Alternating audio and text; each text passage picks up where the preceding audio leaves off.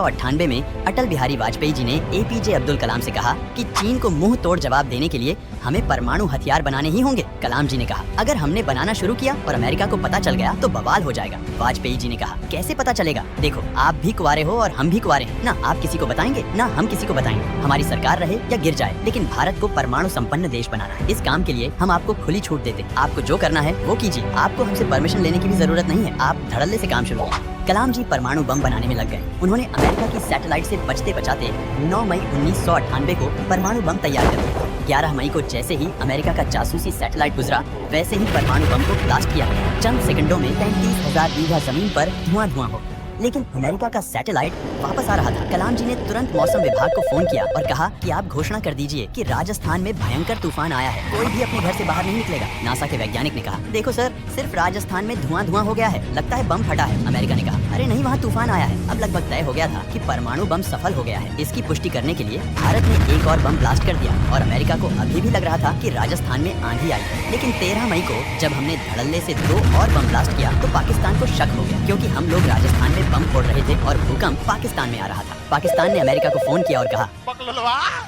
आंधी उंधी ना उठ लो, फोड़ दिया परमाणु बम। अब अमेरिका आग बबूला हो गया। उसने तुरंत मीडिया में कह दिया कि हम भारत को कभी भी परमाणु संपन्न देश नहीं मान सकते। उसके तुरंत बाद अटल बिहारी वाजपेयी जी ने प्रेस कॉन्फ्रेंस की और कहा कि जो हमारे पास है उसकी हमें कोई प्रमाण देने की आवश्यकता नहीं है। अगर किसी देश को शक है तो आ जाना जंग में, 2-4 परमाणु बम पटक के दिखा देंगे। अब से भारत परमाणु संपन्न देश बन चुका है।